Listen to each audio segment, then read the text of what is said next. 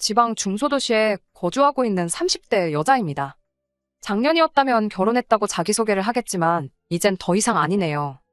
다정다감한 줄만 알았던 남편의 숨겨진 모습에 결국 이혼까지 하게 되었어요. 이혼을 결정짓게 만든 건 손희 신우의 역할이 컸지만 신우가 아니었어도 아마 이혼을 했을 것 같네요. 신우는 남편의 유일한 혈육입니다.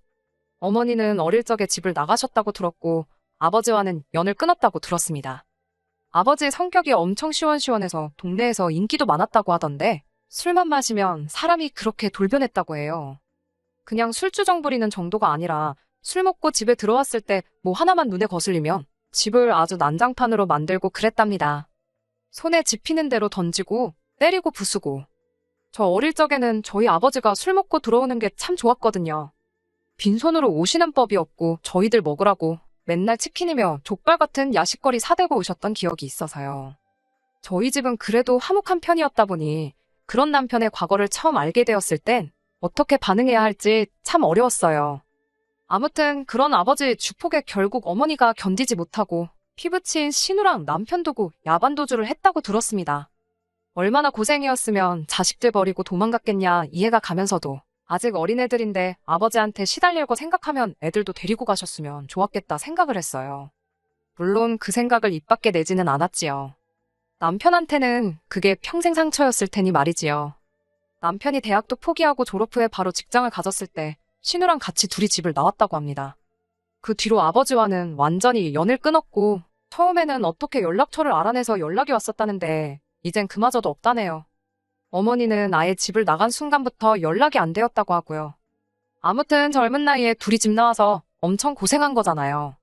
그렇다 보니 남편에게 유일한 혈육인 신우와 남편의 관계가 돈독할 수밖에 없는 건 당연했습니다. 보통은 그런 사이가 부담스러울 수 있었겠으나 그것 때문에 결혼을 하지 말아야겠다 하는 생각은 없었어요. 신우는 벌써 신우대로 결혼을 해서 두 아이 키우며 잘 살고 있었으니까요. 연애하고 얼마 지나지 않아서 남편이 자기 과거에 대해서 저에게 털어놓았었어요. 그게 저를 신뢰하게 해준 말이라 생각했고 세상에 여러 사람이 있고 다들 각자의 사연을 가지고 있는 거 아니겠어요?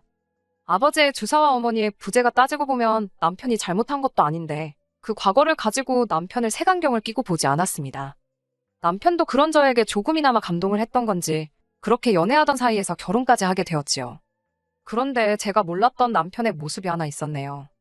연애하는 동안에는 남편이 술에 입 한 번 대지 않았습니다. 어디 놀러라도 가면 분위기 때문에라도 한두 잔씩은 마실 수도 있는 일 아니겠어요? 저도 주당은 아니지만 술은 어느 정도 즐기는 편이었거든요. 맛있는 음식에는 맛있는 술이 따라온다잖아요. 어디 괜찮은 거 먹으러 가면 취하지 않게 적당히 한두 잔 마시고 그랬어요. 하지만 남편은 정말 술이라고는 입에도 대지 않았어요.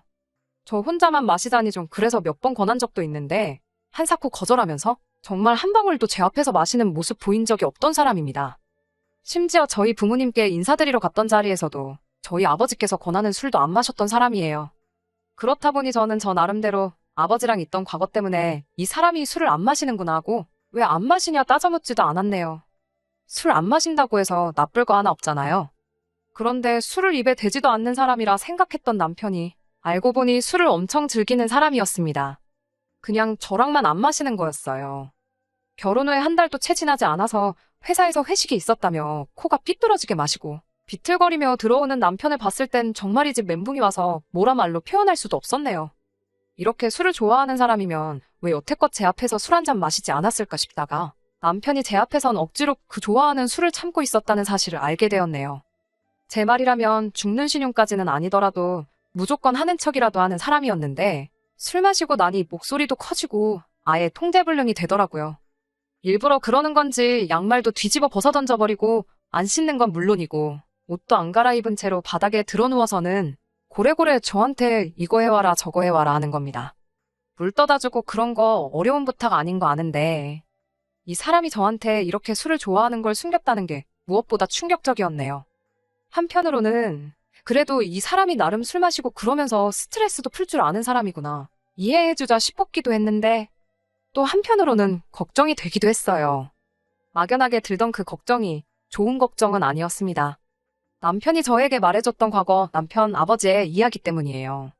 부전자전이라고 해도 술버릇까지 담는 건 아니니까 제가 너무 최악의 경우를 생각한 게 아닌가 싶기도 했지만 그래도 찜찜한 마음을 숨길 수는 없었습니다.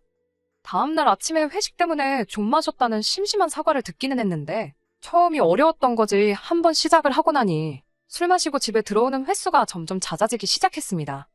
적당히 마시는 법은 모르는 건지 항상 술 마시고 들어오는 날이면 두 다리로 용케 서 있구나 싶을 정도로 마시고 들어오더라고요. 스트레스 푼다고 술 좀 마실 수 있지 하고 좋게 좋게 넘어가려 했던 것도 이게 한 달에 두어 번씩 그러다 일주일에 한 번꼴로 그러다 심할 때는 이틀에 한 번꼴로 저렇게 술을 퍼마셔대니 좋은 이야기가 나올 수 없었습니다.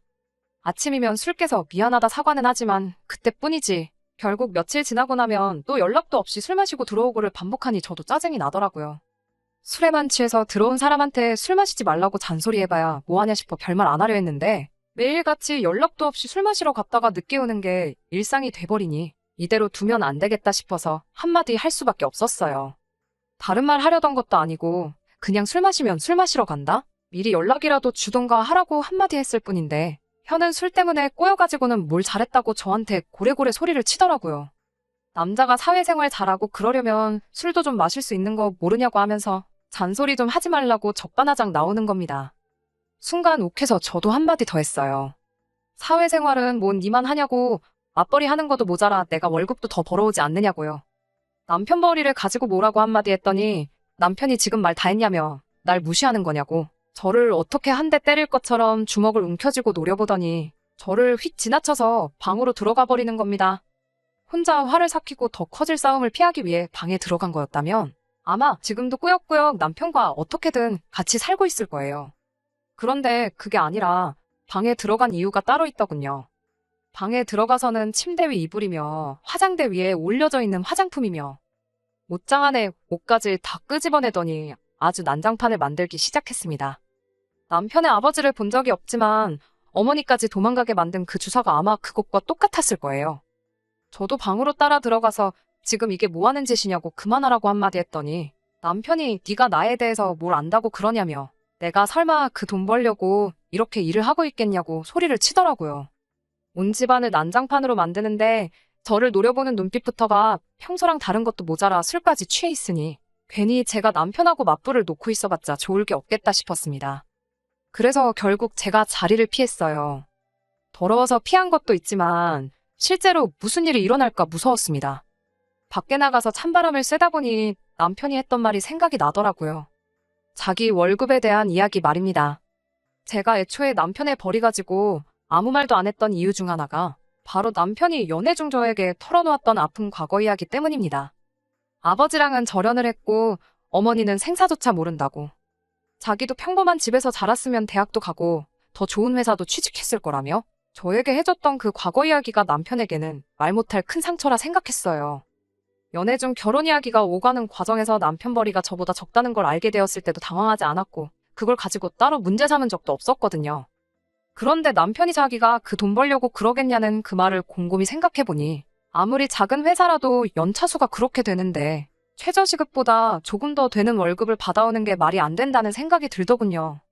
이게 어떻게 돌아가는 상황인지 제 눈으로 확인해봐야겠다는 생각이 들어 그 길로 다시 집으로 돌아갔습니다. 지 술주정 때문에 아내가 새벽에 집 밖으로 뛰쳐나갔는데 이 인간은 잠이 오는 건지 엉망으로 만들어 놓은 방 안에서 바닥에 드러누워 쿨쿨 잘만 자고 있더군요. 부엌으로 가서 냉수 한 잔 떠와서 자고 있는 남편 얼굴에 확 부어버렸습니다. 남편이 어프프하면서 화들짝 잠에서 깨더군요. 잠 깨면서 술도 같이 깬 건지 그래도 제가 나가기 직전에 주정 부리며 난리치던 모습은 온데간데 없고 어안이 벙벙해서 상황 파악을 하고 있더라고요. 그런 남편 앞에다 두고 제가 월급 계좌 좀 봐야겠다고 한마디 했습니다. 남편 얼굴에 당황한 기색이 역력했어요. 예상한 대로 못 보여준다고 핸드폰부터 품 안에 꽉 쥐고 놓지를 않더군요. 프라이버시 중요하긴 하지만 그건 부부간에 신뢰가 있을 때겠지요. 안 보여주겠다며 난리법석을 떠는 꼴을 보니 역시나 들키면 안 될 굴인 게 있어서 저러는구나 확신이 생겼어요. 저도 호락호락 넘어가지 않았습니다.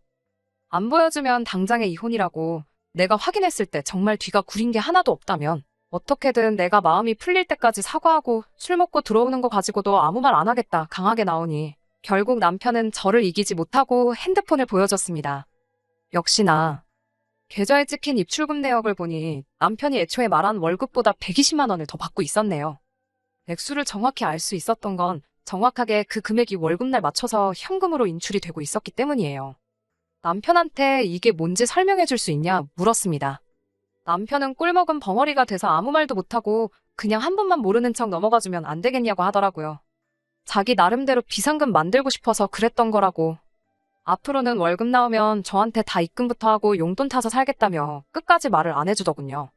제가 설마 120만 원 그거 더 받자고 이러고 있던 거겠어요? 남편이 싹싹 비는 거 쳐다보지도 않고 남편 거래 내역을 쭉쭉 살펴봤어요. 조금 아래로 내리다 보니 결국 남편이 신우한테 매달 50만 원씩 보내고 있던 정황을 발견해냈습니다. 저랑 결혼한 이후로는 계좌로 직접 보낸 게 아니라 현금 인출을 해서 잘은 모르겠는데 아마 결혼 전에는 50만 원씩 보내주다가 결혼 후에는 액수를 2배 넘게 올렸던 게 아닐까 싶어요. 아무튼 돈이 다른 곳이 아니라 신우한테 들어가고 있다는 상황을 알게 되었으니 더 길게 말할 것도 없더라고요. 당장 신우한테 전화해서 여기로 부르라 했습니다. 남편이 우물쭈물거리면서 무작정 미안하다고만 하고 그렇게만은 하지 말아달라고 그러더라고요.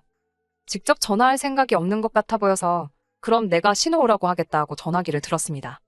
그랬더니 남편이 벌떡 일어나서는 저를 밀치며 핸드폰을 뺐더라고요. 그 과정에서 제가 바닥에 내동댕이 쳐졌습니다. 나 모르게 얼마나 구린 일을 벌이고 다니길래 저러나 싶어서 이미 이때부터 이혼밖에는 답이 없겠구나 하는 생각이 섰던 것 같아요. 이혼하고 끝내버려도 되는 일이지만 적어도 신우한테도 한마디 퍼부어줘야지 속이 풀리겠더라고요. 그래서 남편과 몸싸움까지 불사해가며 신우한테 전화를 걸어서 누구 하나 죽어나는 꼴 보기 싫으면 당장 여기로 튀어오라고 소리를 빽빽 질렀어요. 한 30분 정도 지나니 신우가 찾아왔습니다. 신우도 아마 오는 길 내내 생각이 많았을 거예요. 그리고 제가 난리칠 일이라면 동생 결혼하고 나서도 매달 따박따박 용돈이랍시고 받아낸 거 말고는 없겠다는 생각을 했나 봅니다. 집에 오자마자 2달만 기다려주면 동생한테 결혼하고 나서 여태 받아온 돈 그대로 만들어서 돌려주겠다고 저부터 진정을 시키려 들대요. 그깟 돈 몇 푼 돌려받자고 이 야밤에 불러냈겠냐고 돈 욕심에 동생 이혼당하는 꼴 두 눈으로 지켜보라고 부른 거라고 한마디 해줬지요. 신우도 저를 말리다 못해 성질이 났는지 그깟 50만 원 하나뿐인 가족인데 좀 줄 수도 있는 거 아니겠냐. 입장 바꿔 생각해보면 저도 그렇게 했을 거라 하는 겁니다. 그리고 남자가 사회생활 하면 비상금이 필요할 때도 있는 거 아니겠냐고. 괜히 이웃에 민폐 끼치지 말고 그만하자고 하더군요. 그래서 신우 불러낸다고 남편하고 몸싸움하면서 당장 멍이라도 들 것처럼 시퍼렇게 부어있는 제 팔을 보여주면서 돈뿐만 아니라 아내한테 손대는 사람을 남편이라고 데리고 살 생각 없다고 오늘 다 끝내버리겠다고 한마디 했습니다. 신우는 제 팔을 보고도 끝까지 동생 편을 들더군요. 그놈의 사회생활. 남자가 사회생활 하다 보면 술 먹고 들어올 수도 있고 스트레스가 극심하면 그럴 수도 있는 거 아니겠냐고 동생을 감싸더라고요. 아버지 주폭의 어머니는 야반도 좋아하고 자식들마저 그런 아버지를 견디지 못해 사회인이 되자마자 영 끊고 집 나온 사람들이 할 소리냐고 바로 되받아쳤습니다. 남편이 저한테 말 다 했냐고 또 저한테 성큼성큼 다가오길래 그 길로 저도 바로 신우 머리채를 잡아채고는 한마디 했습니다.